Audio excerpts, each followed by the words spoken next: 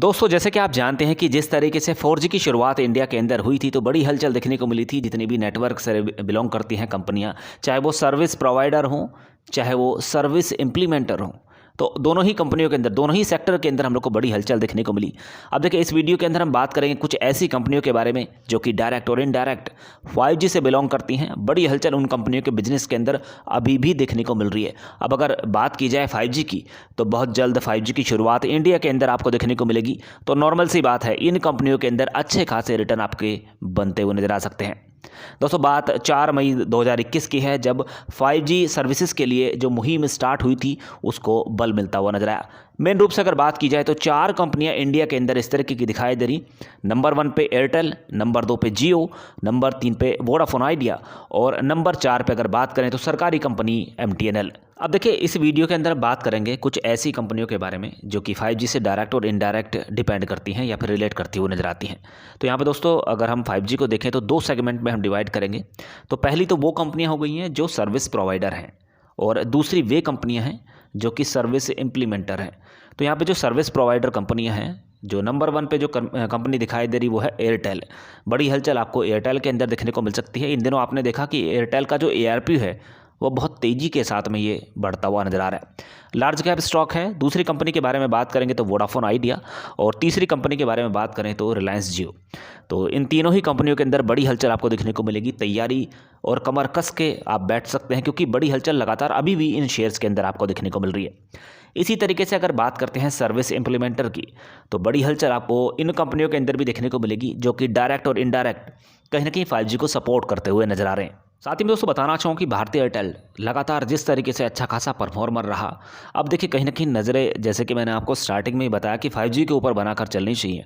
तो अगर शेयर के अंदर किसी कारण से गिरावट भी देखने को मिलती है तो बिल्कुल पैनिक मत कीजिएगा। स्टॉक के अंदर वापस से आपको ऊपर के लेवल देखने को मिलेंगे। ये तो स्टॉक मार्केट की प्रवृत्ति है कि बराबर ऊपर के भी लेवल देखने को मिलते हैं, नीचे के भी लेवल आपको इसके अंदर देखने को मिलते हैं।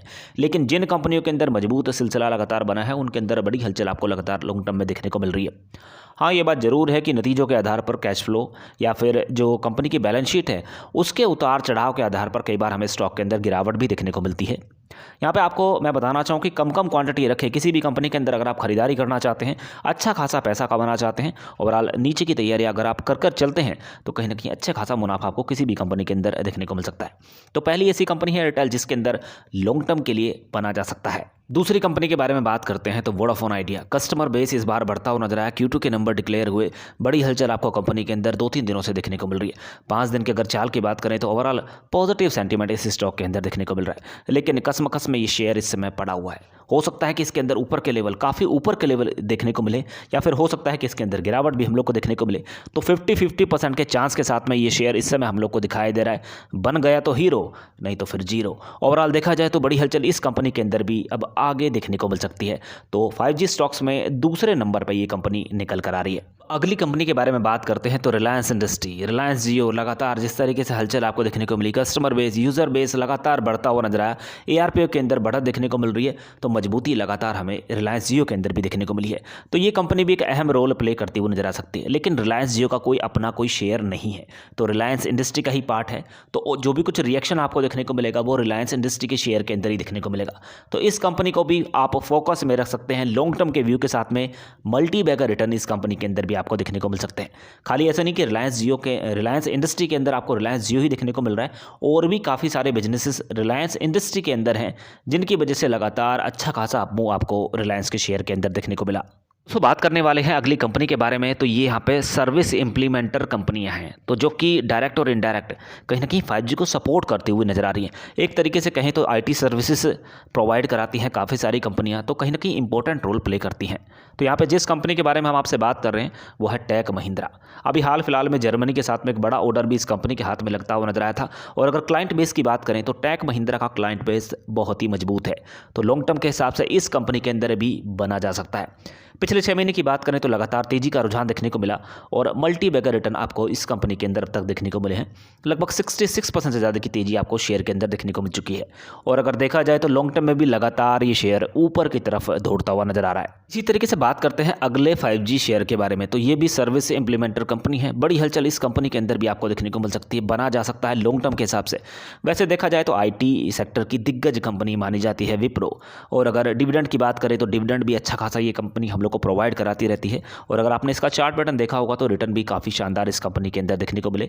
6 महीने में 30-32% के रिटर्न बनते हुए नजर आए। 1 साल की बात करें तो 89% के रिटर्न, 5 साल की बात करें तो 303% के रिटर्न, और अगर लॉन्ग टर्म की बात करें तो ये भी शेयर लगातार ऊपर की तरफ दौड़ता हुआ नजर आ रहा है। एक दूसरी कंपनी है हेक्सावेयर, उसके साथ में ये कंपनी मिली हुई है और ओपन नेटवर्क राउटर सॉल्यूशंस ये कंपनी प्रोवाइड कराती है। तो कहीं ना कहीं बड़ी हलचल इस कंपनी के अंदर भी हम लोग को देखने को मिल सकती है।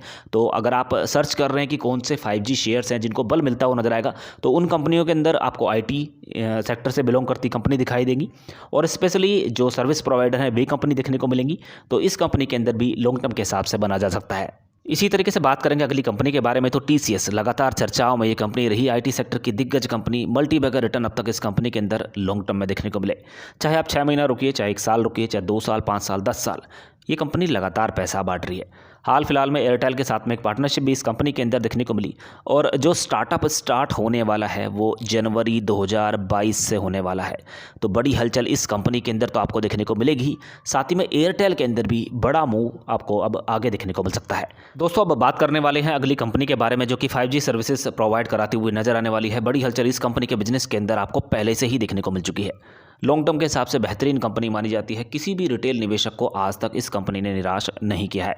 तो मल्टी बैगर रिटर्न तो अभी तक इस कंपनी के अंदर आपको देखने को मिले, आगे भी बड़ी हलचल इस कंपनी के बिजनेस के अंदर आपको देखने को मिल सकती है। अब बात करते हैं अगली कंपनी के बारे में, तो स्टरलाइट टेक्नोलॉजी लिमिटेड। आपको बताना चाहूँ कि इस कंपनी के अंदर भी बड़ी हलचल आपको अब आगे देखने को मिल सकती है क्योंकि ऑप्टिकल फाइबर और केबल मैन्युफैक्चर ये कंपनी करती हुई नजर आ रही है। तो यहाँ पे आपको मैं बताना चाहूँ कि हाल फिलहाल में लगभग 300 करोड़ का बड़ा इन्वेस्टमेंट भी ये कंपनी करती हुई नजर आई थी रिगार्डिंग 5G। तो बड़ी हलचल इस कंपनी के अंदर भी आपको देखने को मिलेगी। जितनी भी कंपनी मैंने आपको बताई हैं, चाहे वो डायरेक्ट हो चाहे वो इनडायरेक्ट हो, इन सारी ही कंपनियों के अंदर एक अच्छा खासा मूव लॉन्ग टर्म में हम लोग को देखने को मिल सकता है। इसी तरीके से बात करने वाले हैं अगली कंपनी के बारे में, तो कमेंस इंडिया लिमिटेड। आपको पता है कि जब 5G नेटवर्क इस्टेब्लिश किया जाएगा तो जो स्टेशंस बनाए जाएंगे उनके लिए इलेक्ट्रिक पावर सप्लाई के लिए जनरेटर की आवश्यकता पड़ने वाली है। तो ये कंपनी जनरेटर बनाती हुई नजर आती है।